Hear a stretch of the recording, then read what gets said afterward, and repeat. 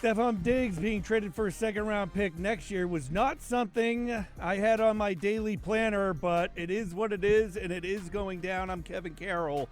Welcome to a shocking Buffalo End Zone podcast. And I'm Jon Scott, trying to catch my breath here, Kevin. We're doing this at 12:37. I think it's been an hour and a half or something since the news dropped that the Bills are trading Stefon Diggs, a sixth-round pick this season, as well as a fifth-round pick next season, to the Houston Texans, and all they're getting back is a 2025 second-round pick, which ultimately will be coming from the Minnesota Vikings. So let's just start here. I was literally in my car getting ready to drive in because we were expecting to do a podcast with a guest to talk about the NFL draft. My mind was in that space. I get the text from our guest saying, I understand if you need to cancel because of the Stefon Diggs trade. And I'm thinking, what? I didn't know that. And then the ball's been rolling. I sat in my garage in my car, texting and doing all sorts of stuff. What were within the first 30 seconds, you see the move, what were your initial thoughts? My first initial thought was April Fool's Day was a few days ago. This has to be something that just kind of resurfaced. I did the old double check because first Adam Schefter tweets it out.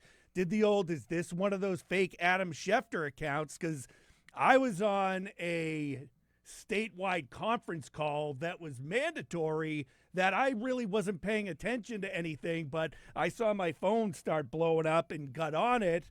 And when I first looked at it, I'm like, okay, so this is something huge that the Bills are doing ahead of the draft. And then I saw what the compensation was coming back to the Bills. And again, I was shocked. Like, this can't be real. This can't be a decision they made for their best wide receiver since Eric Moulds. I still don't even know what to really say about it. And he goes to the Texans, and I mean, you can get into what Spot Track has about what the Bills are going to have to deal with here. All this coming off of the stuff with the seating at the Bills' new stadium that has fans up in arms about the seat licensing and stuff like that, where they're going to have to get this. Just the Bills look horrible at this particular moment while we're doing this. Do I think that this is all stopping here? Hell no. So my initial thought was, WTF, no way, because on this show, dating back to last year at this time, we have been banging the table saying Stefon Diggs is not going anywhere because of the financial ramifications should they trade or release him. $31 million in dead cap. $31 million in dead cap. And that's why I thought they were just crippled and beholden to Stefon Diggs for at least one more season, which is not a bad thing because, as we've also hammered over and over again, so much conversation this offseason, and even last to some extent, was the Bills need more wide receivers. The Bills need more wide receivers. They need to get more talent at wide receiver. They need to be better at wide receiver beyond Stefon Diggs. You needed a compliment to Stefon Diggs. Yet, so then it's, why would you exasperate a problem and dig the hole deeper at a position group by getting rid of the one guy that you know is a Pro Bowl top-tier type wide receiver? So that was my instant thought. Mm-hmm. We've had an hour and a half or so of chaos, went on air, went on TV, doing stuff, trying to piece things together, sending text messages, all of this. So now I've had a kind of, I don't even know if a step back's probably a little bit of going over the top, but I've had a moment to kind of digest, regroup, and try to sift through all of this from a few different angles. I'll start here. You do not take on $31 million in dead cap space and make this move at this point if the relationship between Stefon Diggs and the Buffalo Bills had not just reached a point where they're like, we're over it. Mm-hmm. And we went through all of this last season, the cryptic tweets, the cryptic interview responses throughout the Super Bowl and the offseason. What are the issues? Why is Stefon Diggs mad? Didn't show up for all of OTAs. All of that drama and the way everything unfolded for mandatory minicamp and being excused and coming back, and McDermott having to speak multiple times to correct the way he phrased and positioned how everything went down. Then Stefon clears things. Finally, the first day of training camp, there were no outbursts on the sidelines. From my vantage point, being in that building every single day that we had availability, so 3-4 times a week, observing Stefon Diggs in practice, in the locker room, around the facility, it seemed fine. So that's where now the next step, as this continues to move forward, is where did it really, really go wrong, and what finally pushed it over the edge for Brandon Beane to say, I've had to move hell and high water this offseason, get rid of core pieces of this magical run since 2019 to become cap compliant and position ourselves just to operate this year and operate more freely moving forward, that he's willing to take this damning of a hit financially to move out a player at a position that they're already looking to upgrade. I don't know what happened, but clearly it was far more of an issue with the relationship between Diggs and the organization than I ever admitted, I ever thought, and flat out, I was clearly wrong in the way I was assessing the situation maybe over the past year, year and a half. Can I throw this at you? To get to this point, theory of mine right here, everything, obviously, when Diggs spoke at the start of training camp was hunky-dory. Get into the beginning of the season, things look good. You have that Diggs game against Miami. Joe Brady takes over as offensive coordinator. Diggs' production was already dipping, still dipped, still had a decent year, but, I mean, we've talked about it ad nauseum on how his production went down big time in the second half of the year. I think something happened with talks during the offseason where what the plan was with this offense moving forward was something Diggs didn't agree with, didn't want, maybe said, you didn't bring me here for this role that you're going to ask me to start doing. I'm going to move on. I don't want to be part of this organization anymore. Do whatever you have to do to trade me and just set things all off and put the wheels in motion that we're where we're at now. Now, I still think, as I said, going into the draft, that there's another shoe or two or three that are going to drop coming off of this. But it almost seems to me that that second half of the season, and you didn't have the outburst by Diggs walking out of the locker room like you did 2 seasons ago, but maybe that was all for show. Like, we don't know, because I was with you. I was like, you got to be kidding me. They brought Stefon Diggs in here. The team's been lights out since they arrived. All they need is that one extra piece to go along with him at wide receiver, and everything else is starting to click into place. We're good. I guess we were all fooled by Stefon Diggs himself.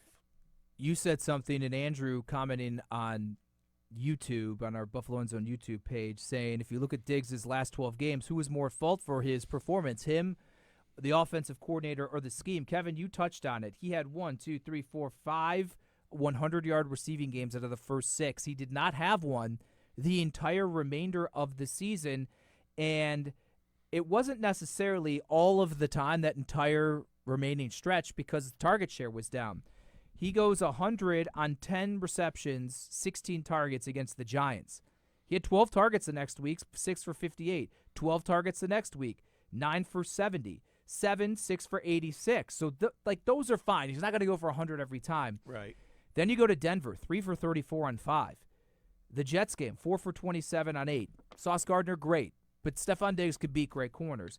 Then the target share going up, 6 for 74 on 11 against the Eagles in overtime. 4 for 24 on 11 against the Chiefs.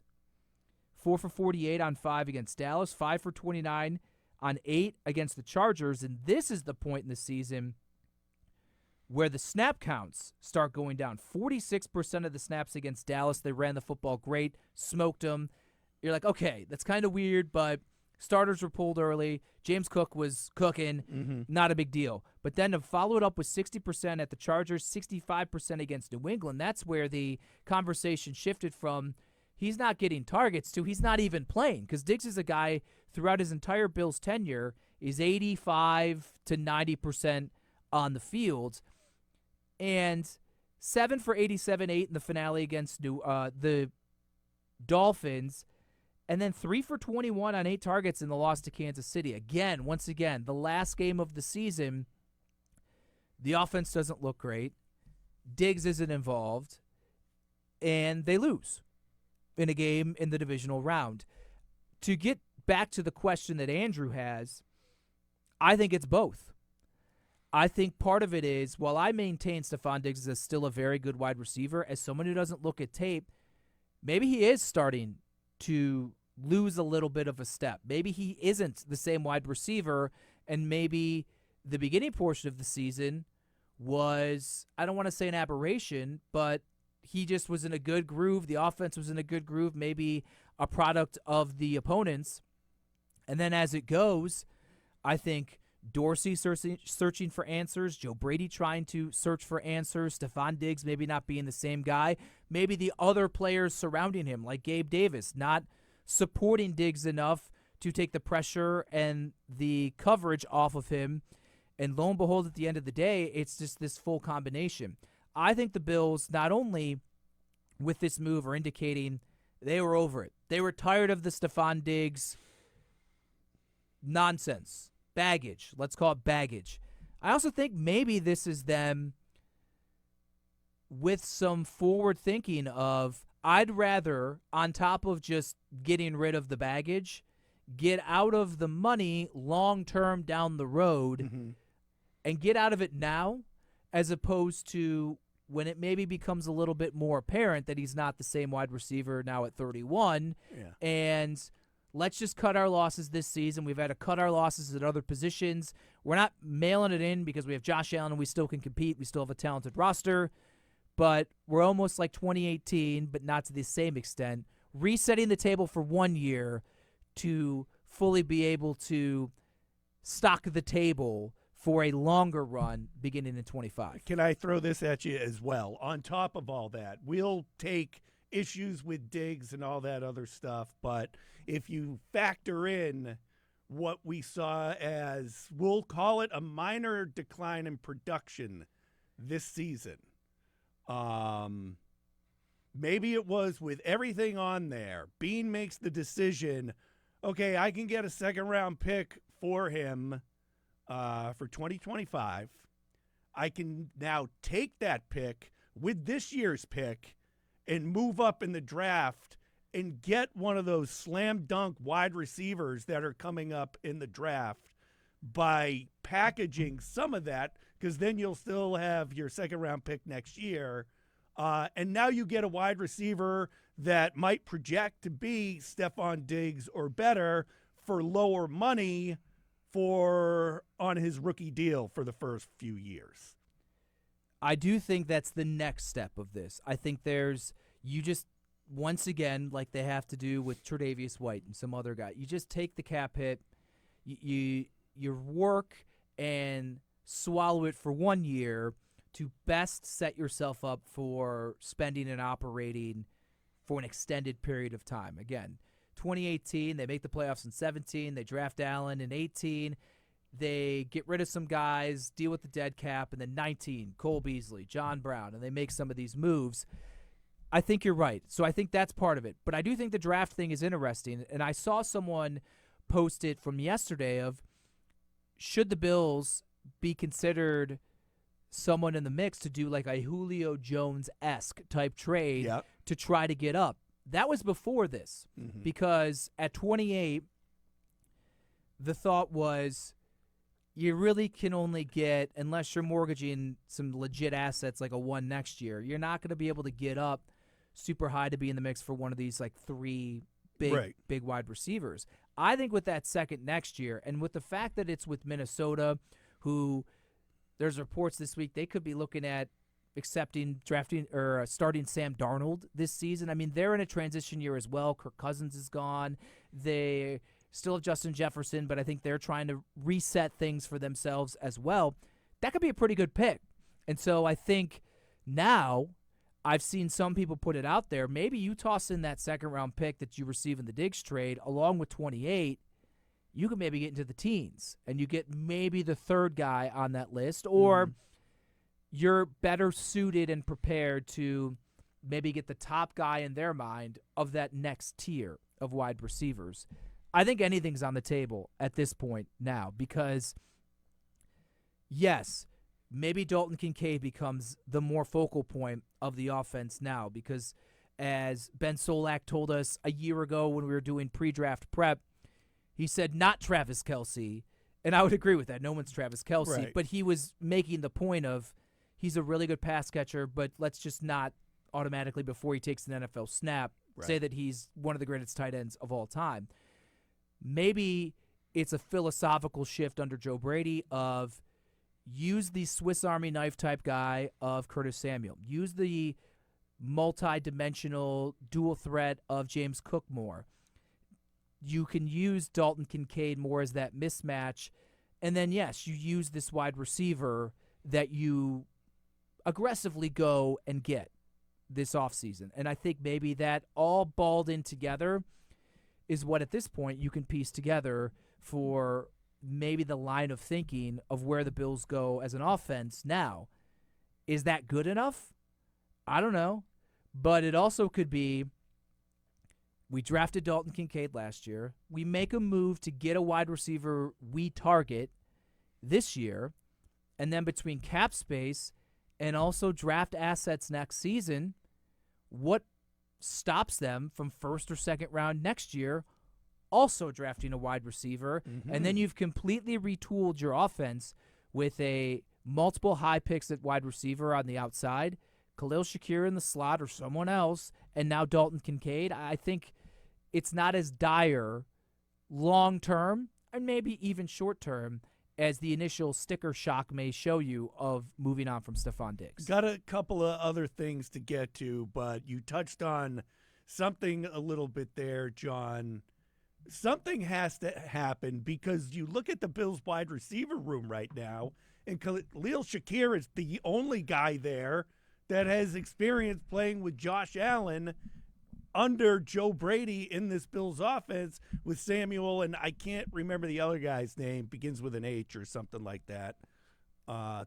So you went from a year ago right now, everyone's saying the Bills might have the best offense in the NFL. Stefon Diggs, Gabe Davis, they made moves that it looked like the slot was going to be brought in, Dalton Kincaid, Dawson Knox, James Cook, to just a giant question mark at wide receiver that Brandon Beane and company really have to play this right.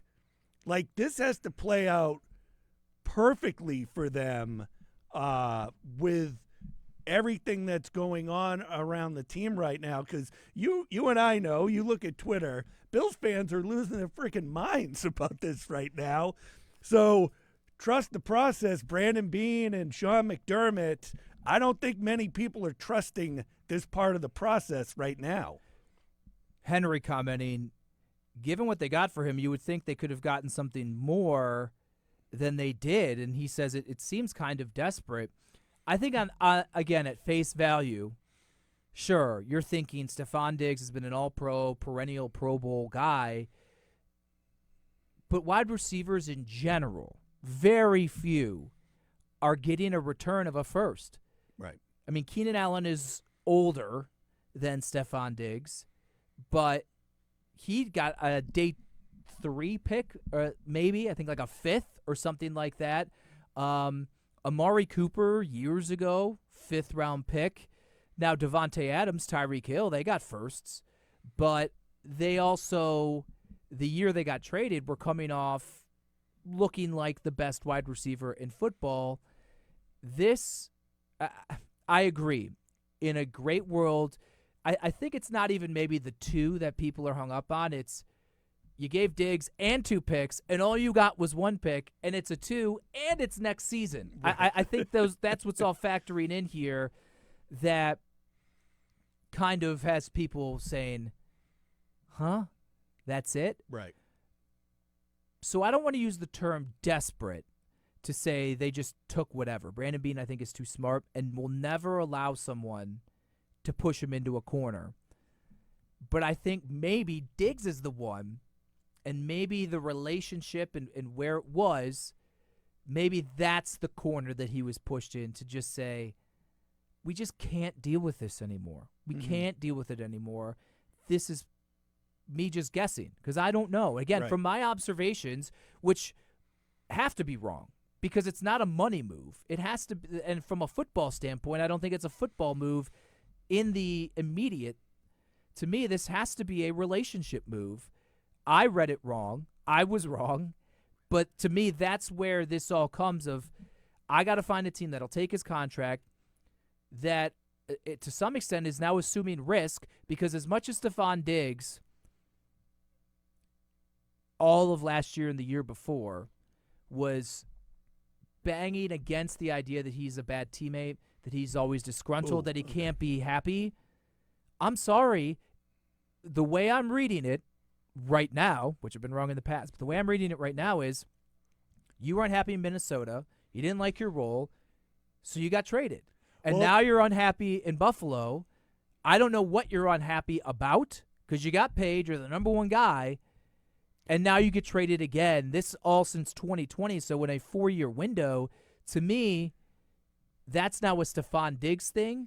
And so you say the Texans know what they're getting, a guy who's been now traded twice. He's already making good money. He's on the other side of 30 now, and they're still willing to assume that, but they're still only going to give you a second-round pick. I think that all is kind of baked in. So you bring that up, and I was asked this earlier before we started the podcast. Diggs had an issue with Kirk Cousins and the Vikings offense. Now it seems like he has an issue with the Bills offense. What do you think? Do you think his relationship with Josh Allen deteriorated so much that the Bills were forced into this? And we all know that Josh, happy-go-lucky on the surface kind of guy, has always said the right things, and the love that they talked about playing video games against each other and their bond out there on the field. Could something have splintered during the second half of this season? And just all the right things were said to save face, but is Diggs what everyone said? We got to look out for this diva coming to the Bills. He might try and tear this whole thing apart at some point. Did we arrive at that? So Rick just said, I don't think we should trash Stefon Diggs. He's a great player. I agree with that. I like Stefon Diggs. From the interactions I had with him since he got on the team, thoroughly enjoyed him. Him and I would even have some conversations about things not football related, not on the record, just having a conversation person to person. I don't think I don't want to go as far as say Stefon Diggs is like a cancer. Mm-hmm. I also had said after the Cincinnati game, I think it is a major cop-out for anyone to simply say, oh, Stefon Diggs is a extremely competitive guy, so it's okay for him to act a certain way because he's super competitive. I never thought that was right either. Do I think Josh Allen and Stefon Diggs hate each other? Absolutely not. Mm-hmm. Is there maybe some people that don't work well together long term, or you can just get worn down by it? You probably have gotten worn down by me over 10 years in the way that I act sometimes. 10 years? It feels like 30. Holy crap. And again, I like to sometimes bring it back and equate it to the relationships that aren't just football, because I think we all have interactions with people and know people in our lives that I don't want to say they're difficult, but they're at a certain level. They operate a certain way. That doesn't mean they're bad people, they're bad employees, they're bad friends. It's just sometimes enough is enough. Mm-hmm. And I think that maybe that is what happened here, is as great and as much as the Bills lifted up the competitive nature of Stefon Diggs and time after time mentioned how They feel it really is a catalyst to infuse energy into this unit. I think it also sometimes can maybe have some adverse things. And just simply, like the last thing, Robert Griffin III 3 days ago puts out this tweet. Is Stefon Diggs essential to Josh Allen's success? He has been since he got to Buffalo in 2020. They are better together, and if Stefon Diggs and Josh Allen stay together, the Bills this year, their championship window is wide open. Some random fan. Does Josh benefit from having a top receiver? Yes. Is he essential to his success? No. Stefon Diggs responds to a random person. You sure? And he did that yesterday. And that was the big talking point before the trade went down was, here we go again. Mm-hmm. And I saw some people respond to this interaction, and largely I agreed with them. Like, one, I subscribe this way, and I try, and I fail at times. Just don't reply to these people on the internet and social media. Just what is the worth of it? And it's not like this is the only thing that's been said about Stefon Diggs this offseason over the time, and he doesn't respond to it. For whatever reason, this is the one he decided to do. Do I think Stefon Diggs is sending a message or anything? No, but it's just like this is the next thing in line. Again, the cryptic tweets, the not just directly saying it. Like last year when Stefon's brother, in the middle of the season, tweets out, "Got to get my brother out of there." When Stefon was asked about it, he got defensive. Don't talk about my family. Let me handle it. But he never directly was like, my brother doesn't speak for me. I don't agree with what he said. Mm-hmm. Now, there's been times since all the whatever you want to call it last offseason where Stefon Diggs has committed and been open and said, this is where I plan on spending the rest of my career and all of that. But my biggest thing with Stefon was rarely would he just be straightforward. I loved a lot of his responses. Right. But it was never just a direct, this is good, this is how I feel, this and that. It was like a lot more winding road. And this isn't, so I just think when you put the baggage out there, something like that is just what the Bills maybe were tired with. So that's just where I'm at. Yeah. So a lot still to happen with this. Another question I was asked was, how does the AFC East shape out right now? Let's just say the Bills do move up and get one of those top 3 wide receivers. We're looking at the Patriots. They'll be drafting a quarterback likely. They're still at the bottom. Aaron Rodgers, healthy with the Jets. The Dolphins were a good team last year. Expect them to be good as well. Is this a total, I don't want to use the word give up on 2024, but is this the Bills using 2024 to start to build down the road? I know you touched on it a little bit before, but when looking at the AFC East right now, I think the Bills are in trouble and are looking up at the Jets and the Dolphins right now as we stand. I'm not there. Okay. The Dolphins lost some key guys. I mean, Christian Wilkins, they lost a lot of guys on defense. So, yeah, they bring in Jordan Poyer. I like Jordan Poyer. But we know what Jordan Poyer was last year, and he's even admitted he's at the back end of his career. They've made some moves, but do I think the Miami Dolphins have taken where they were a year ago and made themselves better? No. But I still think they're better than the Bills at this point. I guess it was tight. Yeah.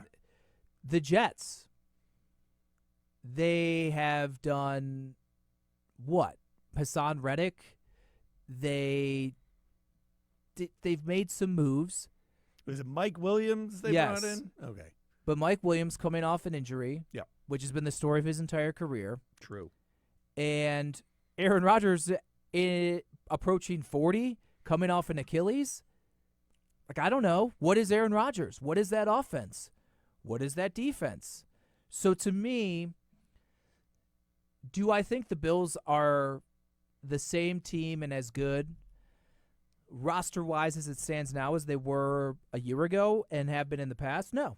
So I think it's reasonable to say the Bills are in more of a dogfight than they've been in recent years. Do I think the Bills should be counted out as a division frontrunner, as someone who can win the division and make the playoffs? Absolutely not. And we've said this. It's because of Josh Allen. It's even take it back, and the Bills are not the Chiefs. The Bills are not the Chiefs. They haven't accomplished what the Chiefs have. You can even say Josh Allen and Josh Allen is not Patrick Mahomes, whatever. But a few years ago when Kansas City traded Tyreek Hill, they lose Tyrann Mathieu, some of their key pieces that they had in their little early portion of the run, most kind of pushed him aside and said, well, what receivers do they have?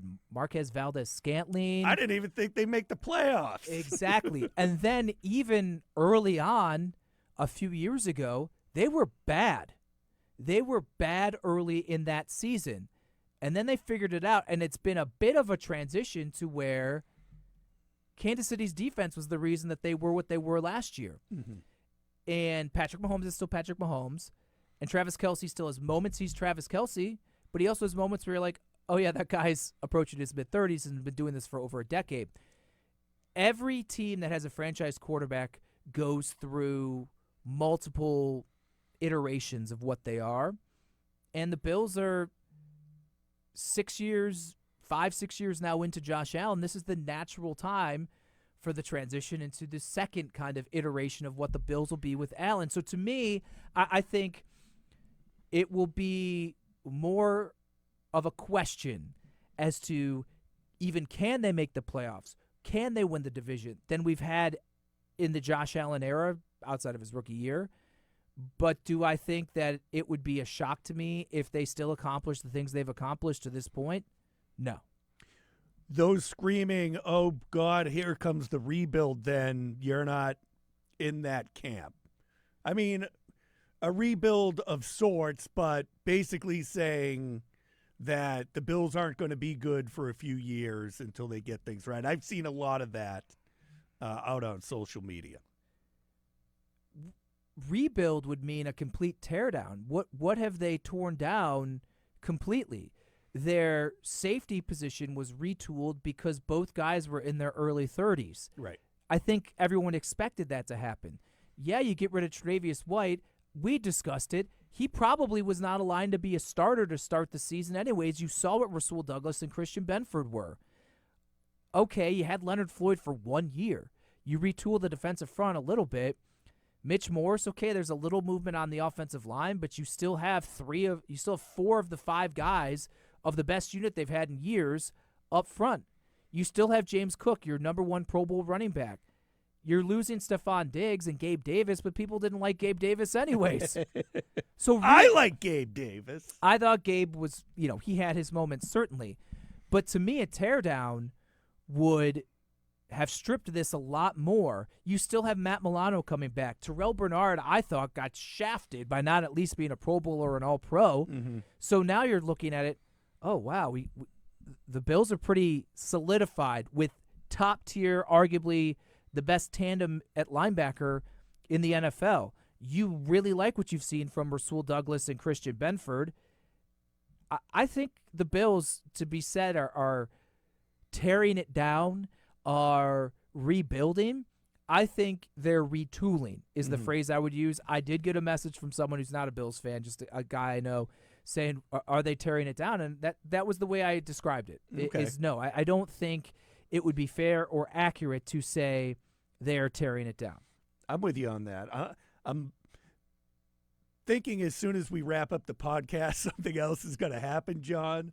But unless there's anything else on your mind that you want to add, I think we've pretty much touched on everything on where the team stands, what might have happened. We've thrown out our own theories here, our own ideas of what might be going down. I think ultimately the both of us think in that same mindset as any superstar quarterback, as long as he's on your team. But, man, this is going to be Josh Allen's first big test because this is the first kind of retool for the Bills to see I mean, come on. I try to talk myself out of it, but I think Josh Allen has done enough at this point to earn superstar status.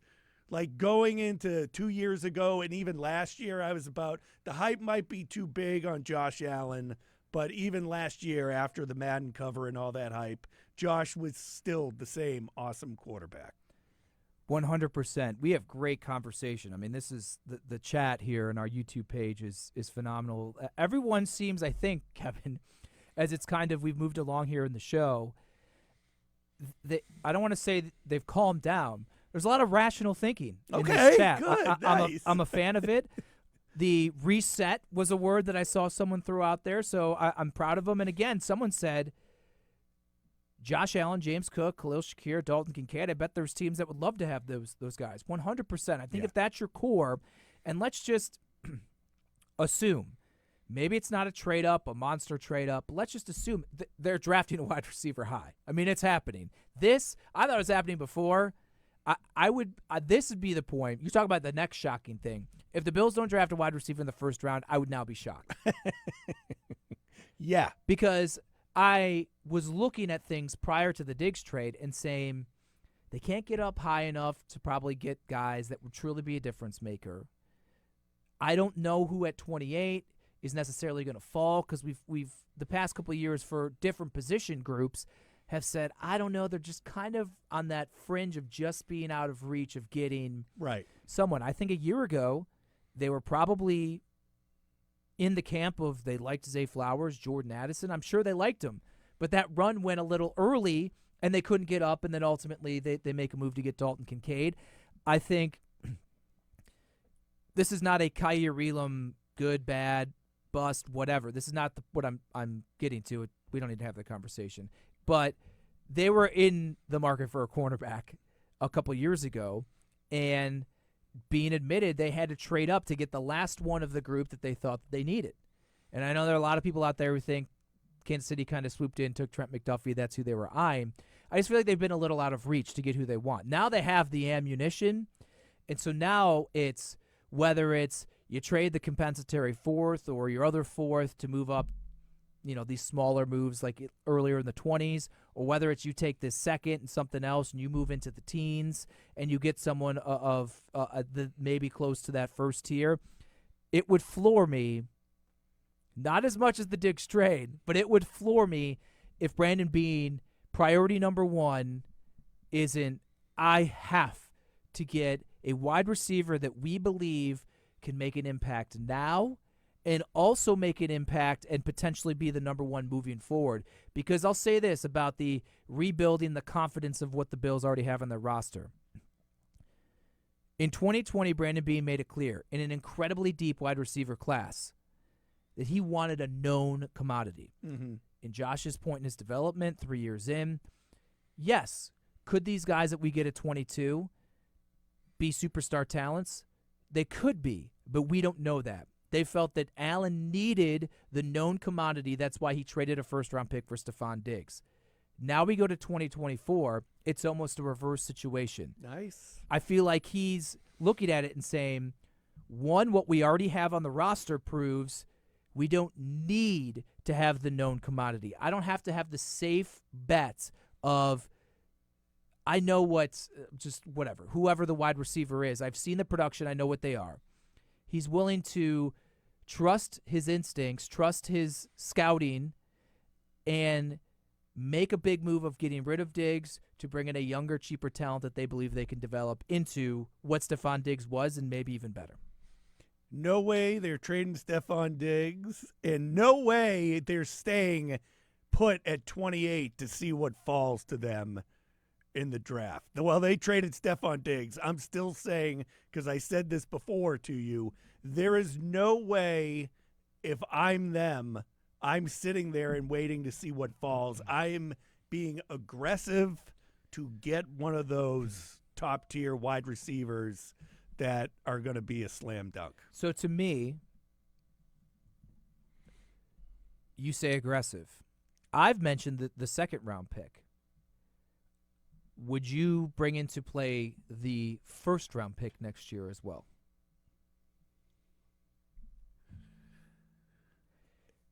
To go up and get Marvin Harrison Jr., I would. I think his pedigree and what he's been able to do, I would try and get up to where you and think some you people can get think him. Malik Neighbors may be better. People love Rome Odunze Right. from Washington. To me, what is the price you're willing to pay to solidify for certain you get one of those three? Or is it one of the two? Are you out on Odunze?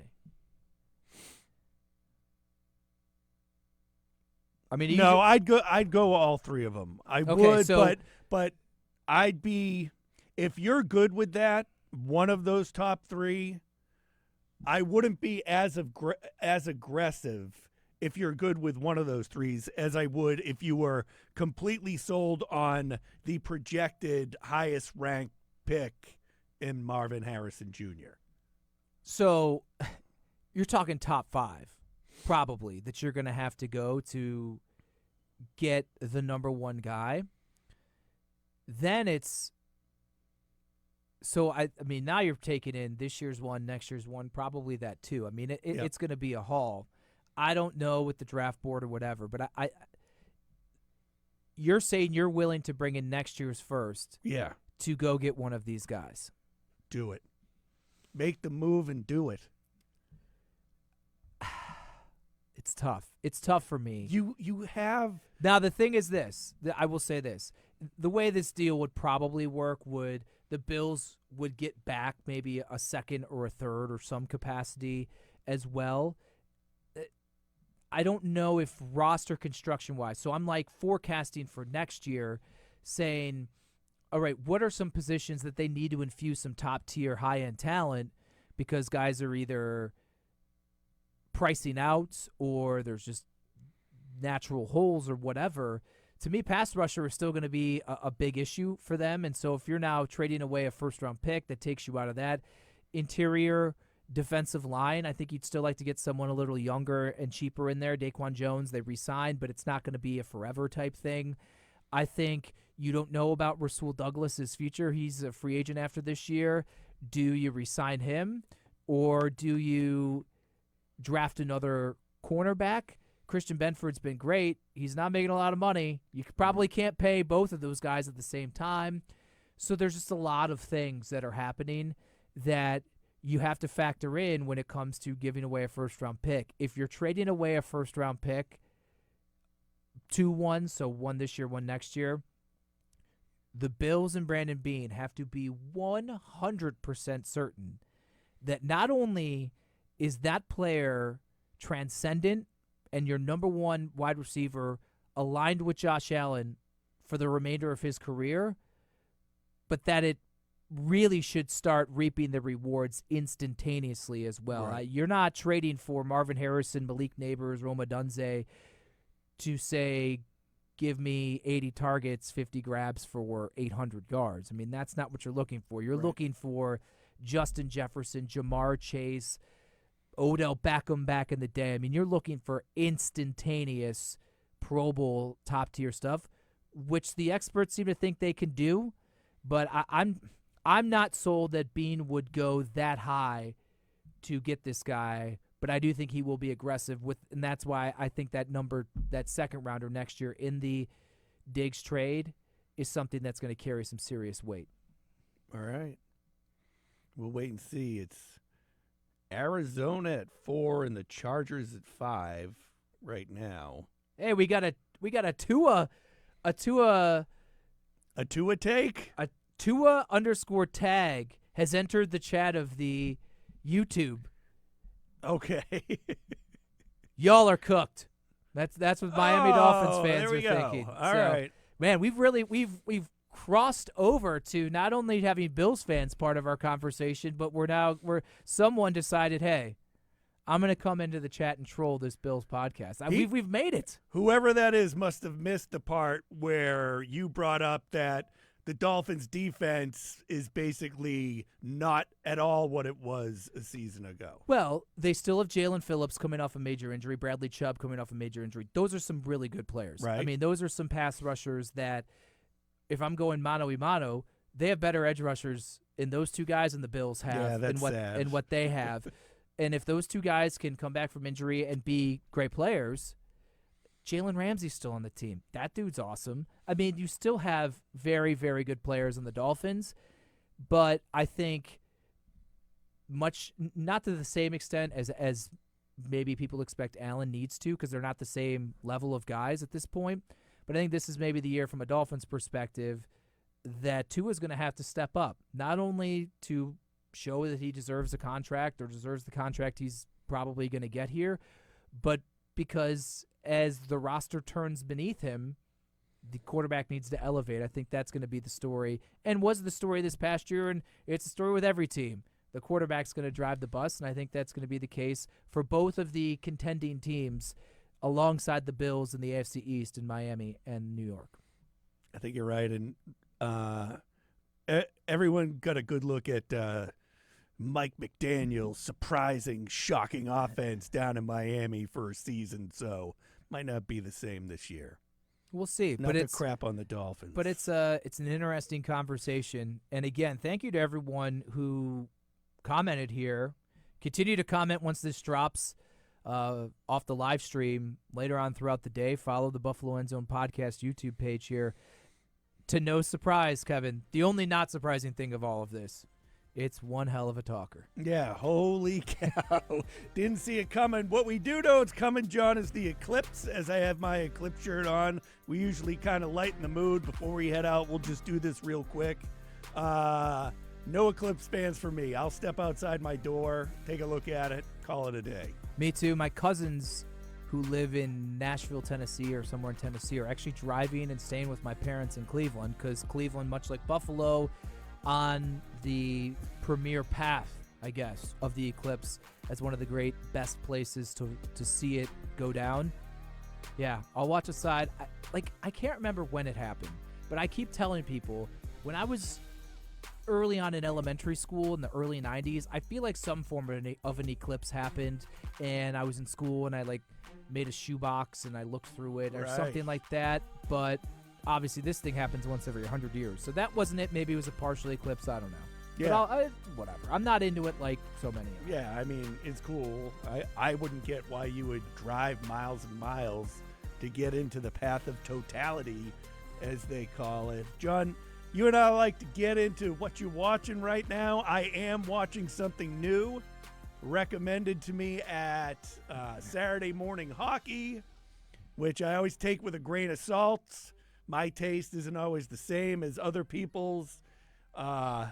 Netflix series Loudermilk is actually pretty old, but it came out at a time when there were so many other big series going on it got overlooked.